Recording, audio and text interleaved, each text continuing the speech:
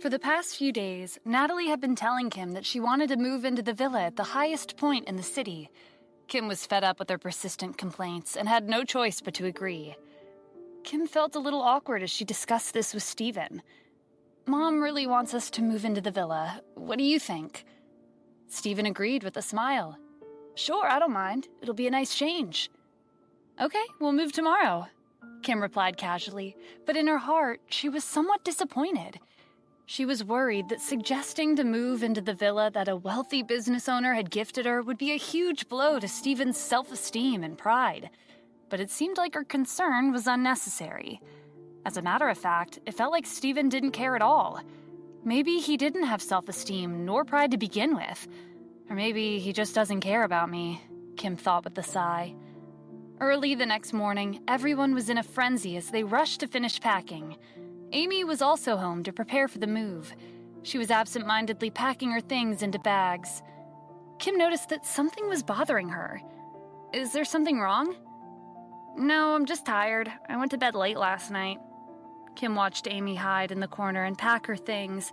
There was definitely something going on. They finished packing at noon.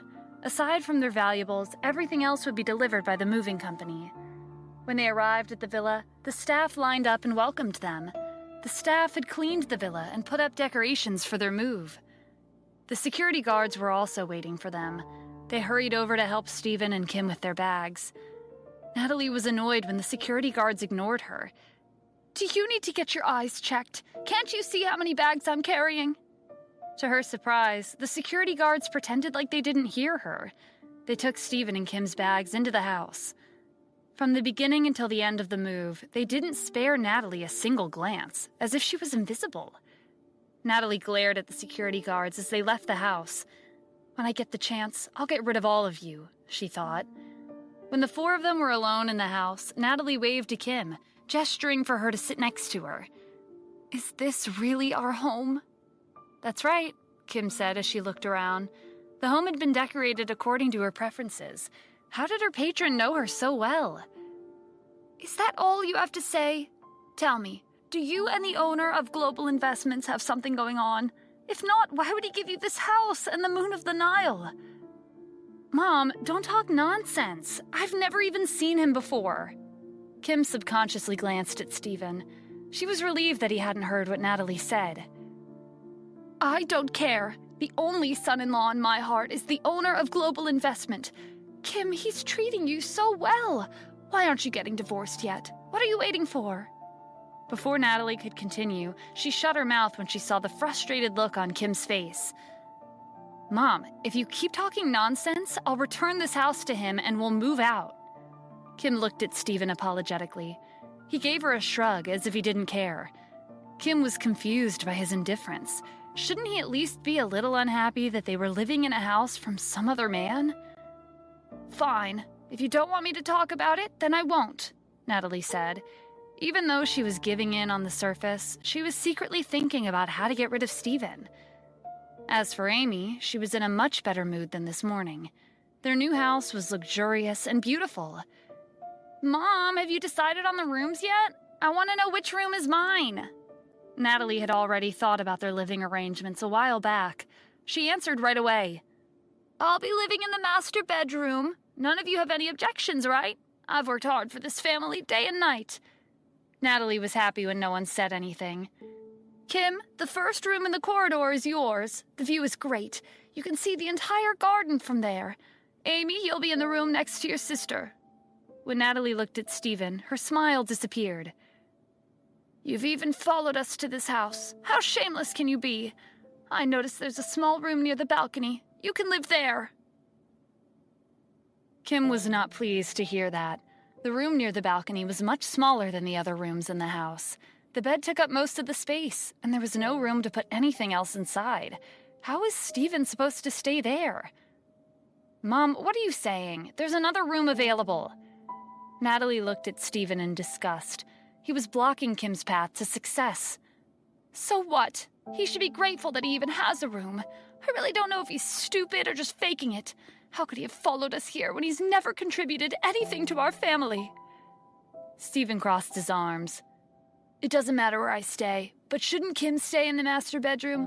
What would the owner of Global Investment think if he came here to visit and found out that you took over her room? Natalie was planning on arguing, but after thinking it over, she realized that his words made sense. The owner of Global Investments had given this house to Kim as a gift, so the master bedroom should be hers. Natalie was hesitant, but she decided to give up the master bedroom. Kim didn't care either way, but she couldn't ignore what Steven said. He made it sound like he didn't care if the owner of Global Investment visited the house and lived with them. At this time, Helen, Harry, and Rebecca were moving into the villa at the first level. Rebecca was amazed by the interior. Their old house was like an abandoned barn compared to this place. Helen was satisfied. Even though this wasn't the villa at the very top, it was one of the villas at the highest point in the city nonetheless. Grandma, the houses on the first level are already this nice. If we go further, wouldn't they be even more luxurious? Especially the house at the top, Harry said. He didn't bother hiding his greed. There's no need to rush. This is just the first step. Sooner or later, that house will be ours. Anyway, Rebecca, have you thought about how to get close to the owner of Global Investment? Don't worry, Grandma. I already have a plan. I'll start tomorrow morning. Helen smirked as she touched the lion that was decorated on her walking stick. That's good to hear. Rebecca will be in charge of winning that man's favor, while Harry will be responsible for the preparations. We'll take action after Kim becomes the vice president. The next morning, Natalie went out bright and early to buy furniture. Steven, Kim, and Amy were the only ones at the breakfast table. Kim frowned when she noticed Amy's dark circles. Did you not sleep well last night? Amy stuffed a slice of bread into her mouth. It's probably because we just moved. I was too excited to sleep. Kim, I heard Amy talking to someone in the middle of the night. I think she's in a relationship, Steven teased. Natalie wasn't home, so he didn't have to mind his words as much. Amy took a sip of water before slamming the cup on the table. Don't you know it's rude to eavesdrop on other people? Also, don't call me Amy. People will think we're close. I lost my appetite. I'm going to school. Amy grabbed her bag and left the house, slamming the door behind her. Kim gave him an apologetic look. She's been in a bad mood lately. Don't mind her. Steven shrugged. He wasn't that bothered by Kim's unruly family. It's fine, I'm used to it. All right, it's time for me to go to work. If you don't have any plans today, stay home and tidy the house. As soon as Kim finished her sentence, she hurried out the door. Steven chuckled as he brought the dishes to the sink. As expected, I'm the most idle person in this family.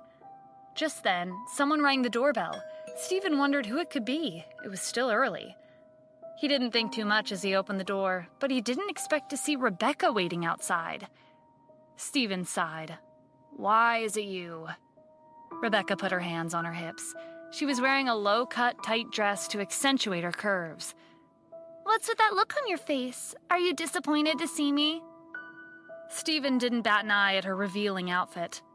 Why are you here? Without answering, Rebecca inched closer, but before she could lean against him, he took a step back. Rebecca stumbled and almost tripped on the doorstep. Steven didn't know what tricks she had up her sleeve, but he didn't want to find out either. If you don't have anything to say, then please leave. Rebecca regained her balance and pretended like she wasn't embarrassed. Steven, you don't know a good opportunity when you see one.